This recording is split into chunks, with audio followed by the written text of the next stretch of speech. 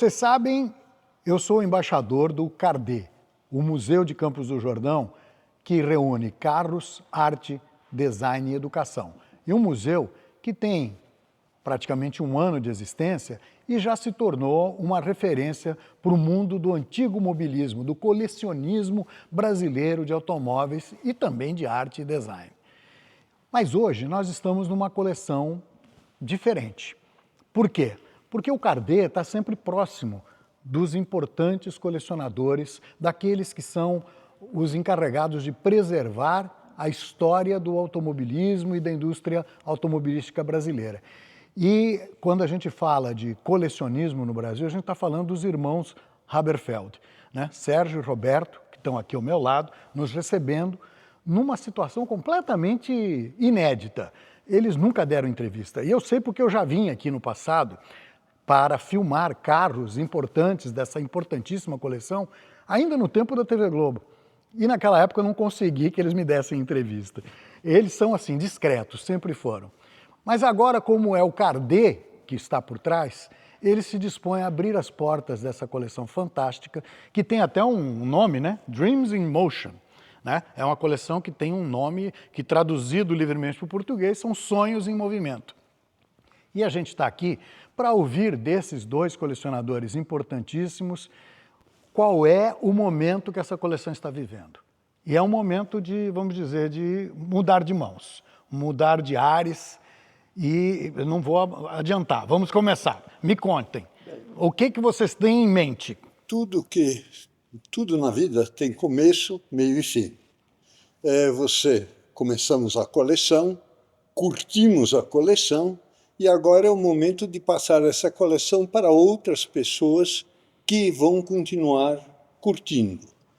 Porque eu acho que quando nós já vivemos, já tivemos a oportunidade de usufruir disso durante tantos anos, e tanto eu quanto meu irmão chegamos na idade em que... Já são clássicos também. Já somos clássicos junto com os carros.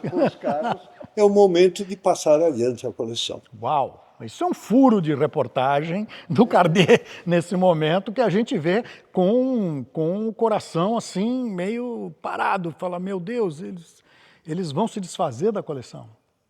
Por quê? Por uma razão muito simples. Nenhum dos nossos familiares tem realmente interesse e talvez vontade de continuar com a coleção. Eu acho que é uma pena você não conseguir transferir isso para pessoas que curtam, que usam, porque, como diz, é in motion, são carros em movimento. Claro. E não peças de museu. Exatamente. Peças de museu. No CARDE, por exemplo, a gente faz questão de manter todos in motion também. Mesmo princípio. Né? Eles são automóveis, né? Já diz o nome, a ideia é que eles continuem sendo autônomos e capazes de se movimentar e de transportar até pessoas, se for o caso. Né? Agora, foi uma decisão fácil? Porque dois irmãos, dois donos, uma coleção que tem dois donos é complicada, né? O Sérgio e eu, com a diferença pequena de idade que temos, sempre tivemos uma paixão que herdamos do nosso pai. Nós começamos essa coleção no início da década de 70, são mais que 50 anos, e colecionamos sempre automóveis não focados em uma determinada marca, mas sempre focado nos automóveis nos quais nós crescemos. O Sérgio muito mais atraído pelos carros americanos, nós dois pelos carros brasileiros e nós dois pelos carros europeus. A decisão nunca é fácil, mas, talvez completando um pouco aquilo que o Sérgio falou, você passa uma vida, você realiza, tem a oportunidade de realizar o sonho, e que nós conseguimos nesses 50 anos, e esse sonho, essa sua paixão, você muitas vezes não consegue transmitir para a próxima geração. A próxima geração são 7 herdeiros diretos, são os 2 filhos do Sérgio. Eu tenho 5 filhos, tenho uma filha muito pequena, ainda de 6 anos, que é a única que tem uma atração mais próxima por automóvel. É a caçulinha. A caçula, que Muito gosta, bacana. gosta do barulho, gosta da emoção. O meu filho, que foi um corredor de automóvel, passou 20 anos numa carreira, começou no kart, passando como piloto de teste da Fórmula 1, chegando na Indy, correu 2 anos de Indy, correu de esportes protótipo, etc. Hoje trabalha tem uma nova missão na vida dele, e mesmo ele também não tem interesse. Então nós achamos conveniente, em vez de deixar para eles um problema, deixar uma solução. Voltando talvez um pouco, um passo atrás, paixão você não passa para os outros, e você não fazer não colecionar isso, não fazer o que o Kardec fez, que vem de um sonho, de uma paixão, você não consegue realizar isso.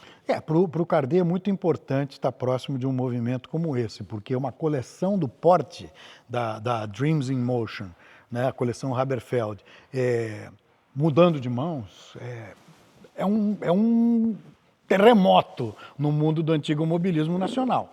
Né? Então, para nós é muito importante estar registrando isso, ouvindo em primeira mão dos colecionadores, né? E eu queria agora aproveitar essa ocasião, então, que é raríssima e que não vai se repetir, né? Da gente conversar sobre a coleção. Qual foi? Bom, você já me disse, né, Roberto, que a história é ligada aos carros que seu pai tinha, né? E também imagino que o gosto pessoal, a história pessoal de cada um dos irmãos. Quais foram os critérios que estiveram por trás da montagem desse belíssimo acervo? Os carros americanos, como ele falou, fui muito, devido à diferença de idade e até os anos, diria eu, 64, 1965, os carros principais no Brasil eram americanos. Depois da guerra, foram os carros americanos. E eu vivi cada um desses carros que estão aqui. Eu tive a oportunidade de viver, nosso pai teve alguns deles, então essa foi a razão principal desses carros americanos. Você também teve muita proximidade, tem até hoje, com os Estados Unidos, né? Estados Unidos. Presença na Câmara Americana de Comércio. Presidente da Câmara Americana, inclusive tenho uma filha estudando, terminando esse ano, uma neta, terminando esse ano Columbia University em Nova York. Então, os vínculos são fortes. Os vínculos são fortes e alguns dos carros, por exemplo, tem um Buick 1946 que eu ia com 6 anos de idade, me levavam para Campos de Jordão, para o Grande Hotel, nesse Buick 46, nesse tipo de carro aqui. Então, tudo isso marcou a época e fez com que eu entrasse nos carros americanos. Os carros europeus, meu irmão, que foi muito mais ligado a isso, pode falar um pouco, eu vivi junto, mas eu acho que ele tem mais condições de falar sobre os carros europeus. Seu gosto é para o velho mundo, então. Então, eu tive a oportunidade, durante a minha vida, sempre tendo sido apaixonado por automóveis. Durante a década de 60, acompanhando o automobilismo brasileiro muito, desde infância eu fui amigo de um filho de um corredor, que é o Carlo Gancia, que era filho do Piero Gancia, que foi um dos percursores com carros europeus, trazendo para eles para o Brasil. O Sérgio foi amigo do José Carlo Patti, disputando corridas com ele lá em Bertioga, no Guarujá. Então eu tive oportunidade de estar em Interlagos como adolescente, e sempre tive essa paixão por automóveis.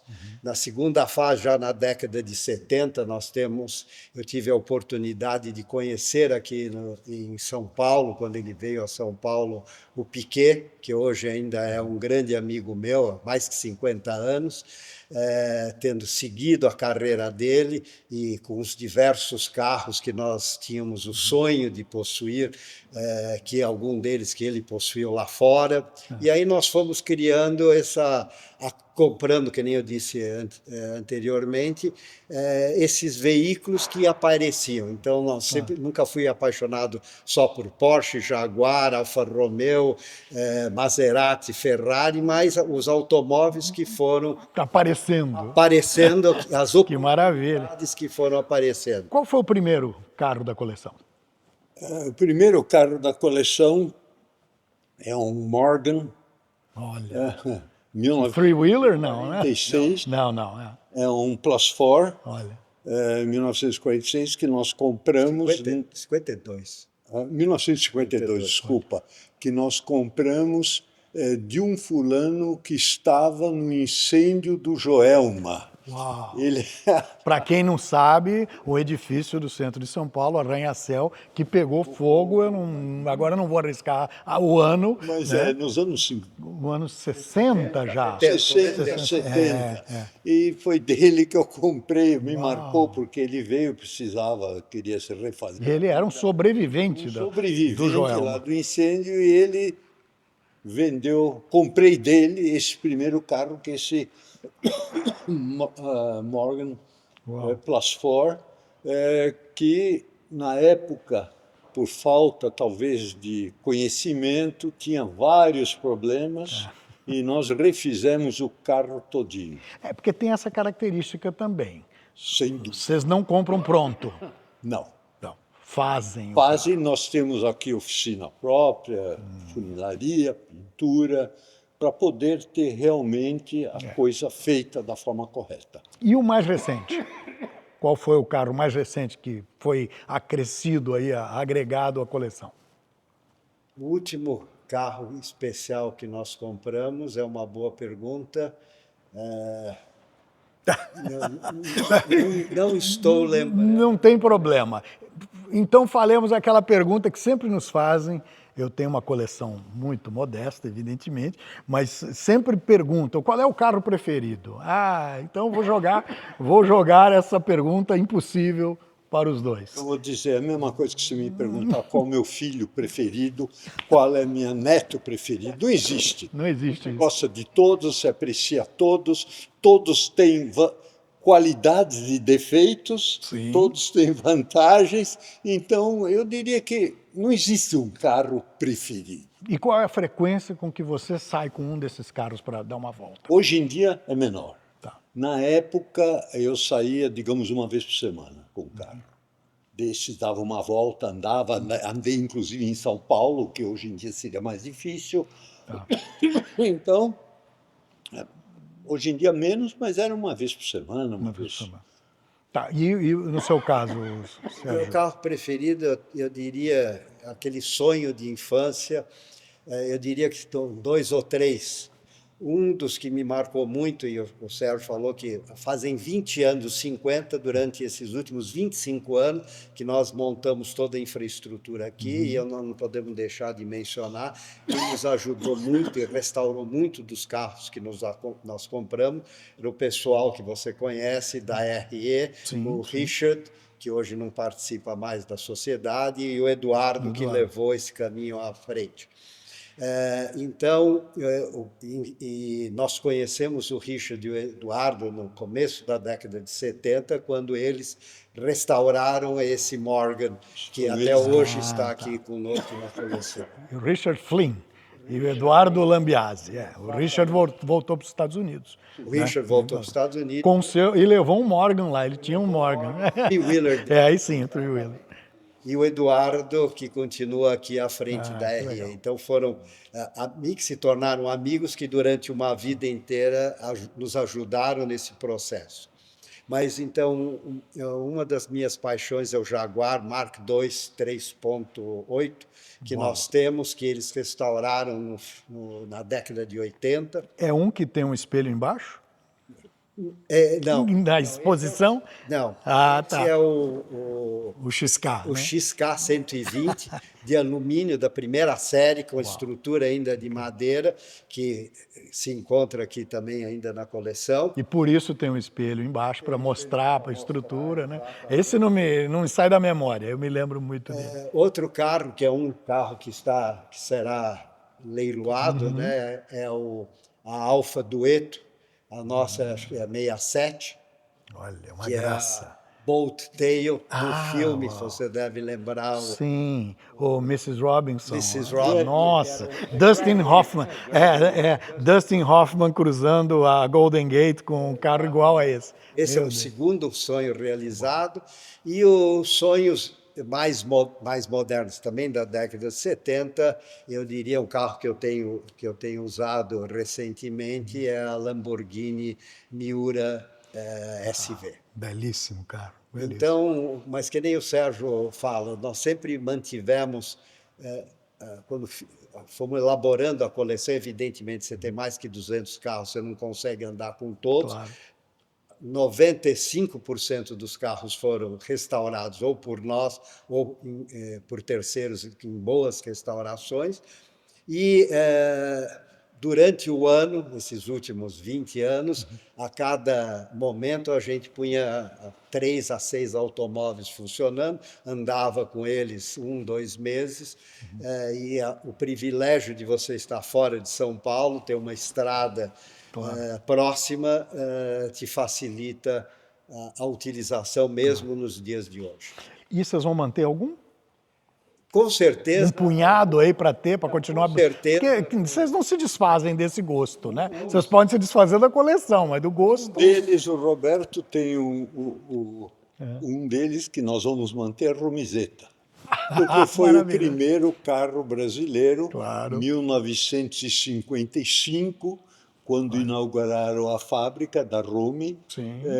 Então, esse carro vai ser mantido. Que legal. Esse é um Então, exemplo.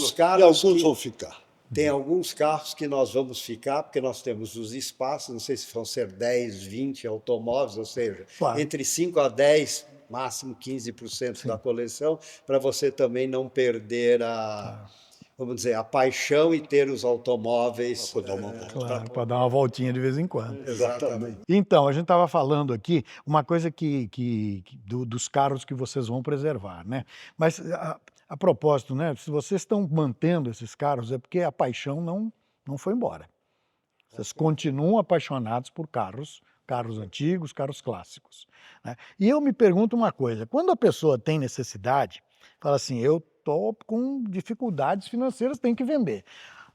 Já deve ser dolorido. Agora, vocês não têm essa necessidade. Vocês estão vendendo por uma decisão estudada. Quanto tempo levou para tomar essa decisão? Um pouco, acho que a questão que o Sérgio e eu, nos últimos 20 ou 30 anos, nós sempre conversávamos. A gente fez um museu, não para o público, mas um museu para a família e para os amigos. Muita gente nos visitou, nós sempre pedimos que fosse mantido confidencial, para que não postassem. Algumas pessoas não cumpriram esse compromisso, mas hoje em dia, com a mídia, todos nós sabemos, é difícil. A mídia digital é complicado, mas na realidade, o grande ponto era o que fazer com isso. Nos Estados Unidos, se você é um cidadão americano, você tem o seu planejamento fiscal de sucessão, porque lá fora, no mínimo, você paga 40%, algumas vezes até 50% do seu patrimônio na transição, no seu imposto de herança. E aqui no Brasil, ainda hoje, é um valor bem menor.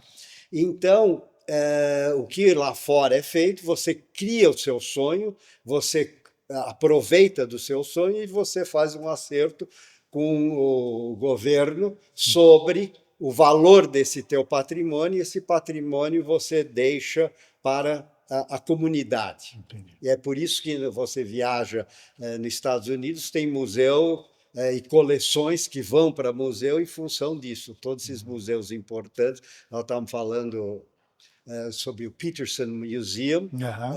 é Em Los daí que Angeles. surgem todas as outras grandes coleções. Aqui é um pouco mais complicado, quais as grandes coleções que ficaram? Me vem à cabeça do Roberto Lee, e que ficou completamente abandonado. Então, no nosso país, você deixaria isso para a comunidade, mas você tem que deixar um endowment, que é para manter isso.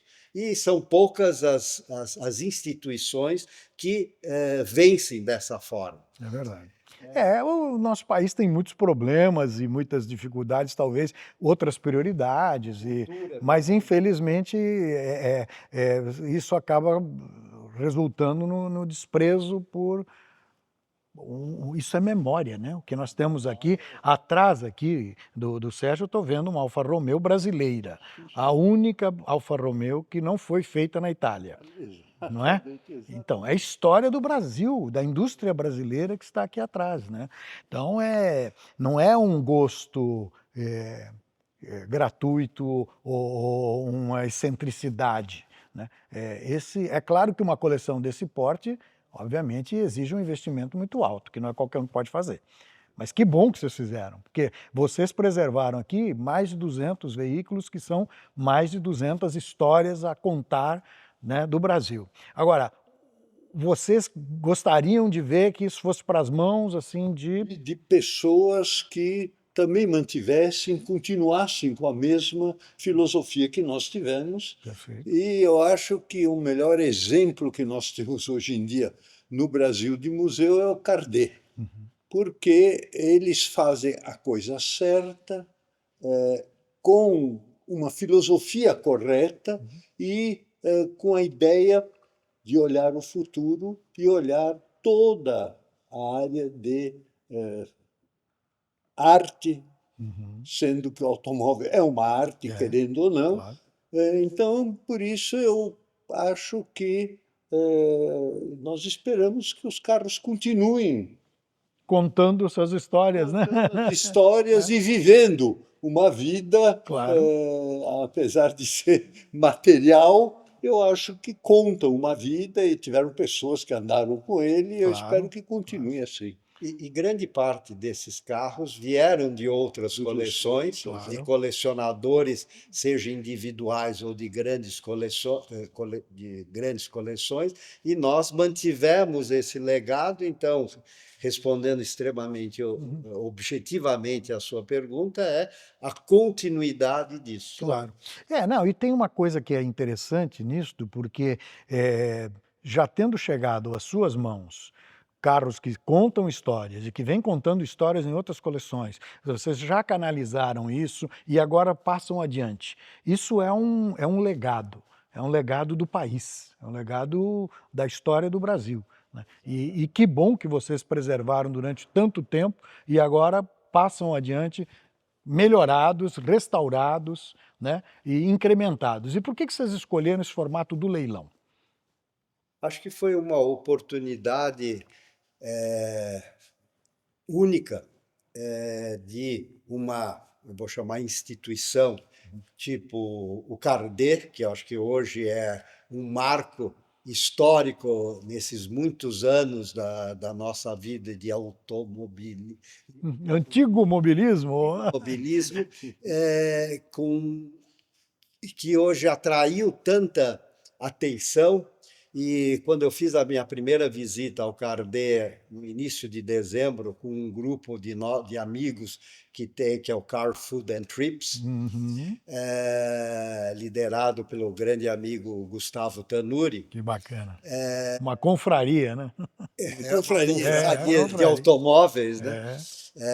Mas a grande oportunidade que surgiu, e vendo lá a organização e o museu que foi criado, foi uma dos momentos da minha vida que me marcou muito, que eu falei, eu fiquei orgulhoso de ser brasileiro nesse momento, tendo viajado o mundo inteiro, tendo visto coleções no mundo inteiro, nunca vi nada que fosse melhor do que o Cardet. O Cardet realmente conseguiu trazer junto o que é uma obra-prima, que é um automóvel, junto com obras de artes dos diversos pintores ou diversas obras que estão lá colocadas. Então, Móveis de design também, né? design, Maravilhoso. exatamente. É. E isso foi, para mim, um momento marcante, e ter a oportunidade, junto com o Cardet, de desenvolver esse projeto nessa fase foi uma grande oportunidade. Ajudou na decisão? Com certeza ajudou, porque você está fazendo Com profissionais. com profissionais. Claro. E não, vamos dizer, num ambiente também que tem a ver com a proposta da sua coleção. Porque cá entre nós, não sejam modestos, né? O seu acervo é maior do que o acervo exposto no Cardet. Né? É claro, eu não estou contando a reserva técnica, mas... Não, mas isso não é questão de reserva. Eu acho que nós sempre procuramos o melhor possível. E encontramos isso no Cardet. É simples, e você vê que eles já fizeram um leilão e foi extremamente profissional. É cópia de um leilão internacional, Essa é a ou proposta. inclusive melhor. Essa é a proposta. E eu acho que essa é uma das razões que nós tomamos essa decisão. O Brasil, como nós sabemos e vivemos, tem uma experiência empresarial de muitos e muitos anos. O Brasil tem, e sempre teve, e vai continuar a ter, os projetos de excelência. Se a gente vai lá para trás, é alguma coisa que eu sempre me lembro, é um país que foi se desenvolvendo, e hoje nós temos o orgulho de ter uma empresa que nasceu lá atrás, que é a Embraer. Sem dúvida. E nós sempre tivemos uma filosofia de tentar fazer as coisas muito bem feitas, com o nosso know-how, que a nossa mão de obra é extremamente qualificada, se você dá oportunidade às pessoas para se desenvolver, e você vê o que consegue ser feito. Não, nós estamos aqui cercados por vários modelos da indústria nacional, né? E que são registros aí da nossa história e que tem qualidade, Da nossa competência. né? Que são isso aí, testemunhas da nossa competência. Exatamente. Exatamente. Por isso que se por um lado a gente vê com o coração apertado uma coleção magnífica como essa se desfazer ou mudar de mãos, por outro é um momento de arejamento. Né? É o momento em que esses veículos, esses pedaços da nossa história vão começar a tomar novos rumos e contar suas histórias em outros ambientes para outras pessoas. Isso é muito importante, né? É um movimento que tem que ser aplaudido, porque eu diria que vocês são muito corajosos, né? Saber quando pendurar chuteira. Né? Isso é uma arte. É importante. É uma arte. Eu acho que é muito importante na vida saber o momento de se retirar de várias coisas. Eu nunca acreditei, eu acho que o Roberto também não, de ficar pendurado o resto da vida em alguma coisa, em algum lugar. Não, e passar adiante um problema, né? Como vocês disseram, você tem uma família que não necessariamente Vai curtir. não tem o mesmo gosto. Isso é muito pessoal. Você não vai impingir uma coleção grande, trabalhosa, para manter isso aqui, não é brincadeira. Né? Precisa gostar muito, Precisa gostar muito. quase que amar. Exatamente. É aquilo que nós fomos discutindo antes da nossa conversa. Para você ter chance de ter sucesso na sua vida, você tem que fazer as coisas com paixão. E paixão é você que tem, você não consegue transmitir para os outros. É aquilo que você vê com os seus olhos. E o seu hobby, que no final das contas é um hobby, isso eu aprendi com um dos meus pais, que foi o doutor, não era doutor, era o Lima Martins. Rodolfo Lima Martins, um dos fundadores da Escola de Propaganda e Marketing. Ele foi nosso assessor na empresa. Que me ensinou uma coisa há 40 anos atrás: você na vida precisa ter um hobby. porque o hobby você que desenvolve, você participa, muitas vezes você que cria, você que orienta, e dentro dos seus olhos aquilo é perfeito. Claro, E, perfeito. É então, isso. a oportunidade de você ter isso na sua vida, e É. nós realizamos o sonho, aí concluindo, e o sonho fica guardado para você.